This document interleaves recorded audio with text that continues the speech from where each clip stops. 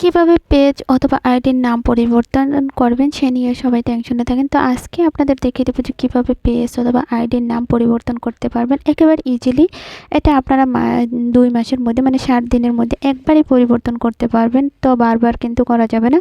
তো তার জন্য আমার কী কী লাগছে তাই তোমাদের দেখিয়ে দিচ্ছি। অবশ্যই ভিডিওটা প্রথম থেকে লাস্ট পর্যন্ত দেখবে, তাহলে সব কিছু ঠিক মতন শিখতে পারবে।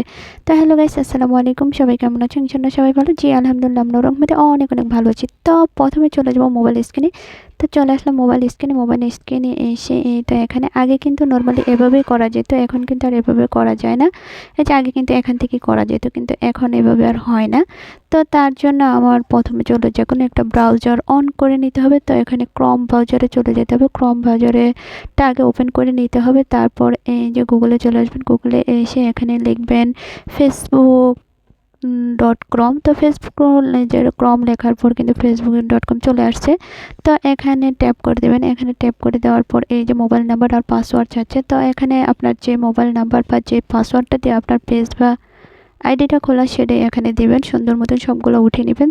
তো আমি এখানে কালার করে নিচ্ছি, যেহেতু নাম্বারটা দেখা যাবে তাই আমি ফেসবুকের নাম্বার আর যে মোবাইল নাম্বার আর যে পাসওয়ার্ডটা সেটা এখানে দিয়ে দিচ্ছি সুন্দর মতন। তো এটা নর্মালি যে কোনো ভুল না হয় চেষ্টা করবেন যেটা সেটাই দেওয়ার জন্য, তাহলে কিন্তু আপনার ইজিলি হবে।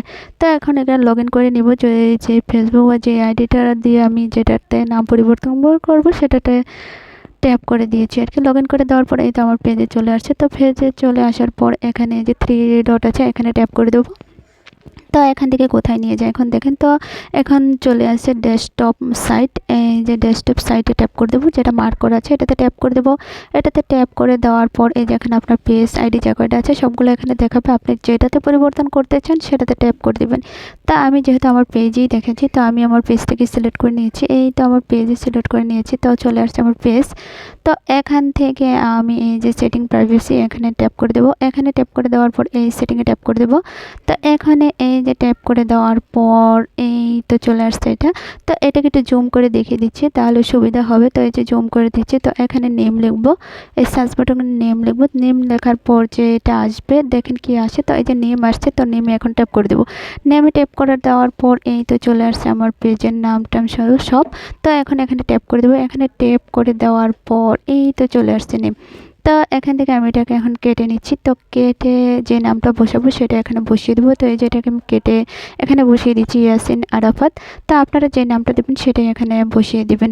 তারপর এই যে নিচে যে বাটন আছে এখানে ট্যাপ করে দেবেন। তো আমি যেহেতু পরিবর্তন করবো না তাই এটাতে আর ট্যাপ করলাম না, যে নামটা দেবেন ওটাই ট্যাপ করবেন। তো ভিডিওটা কার কাছে কেমন লাগছে অবশ্যই জানাবো। ভালো লাগলে অবশ্যই পাশে থাকবে। দেখা হবে নেক্সট ভিডিওতে। সবাই ভালো থাকুন, নিরাপদে থাকো, বাই।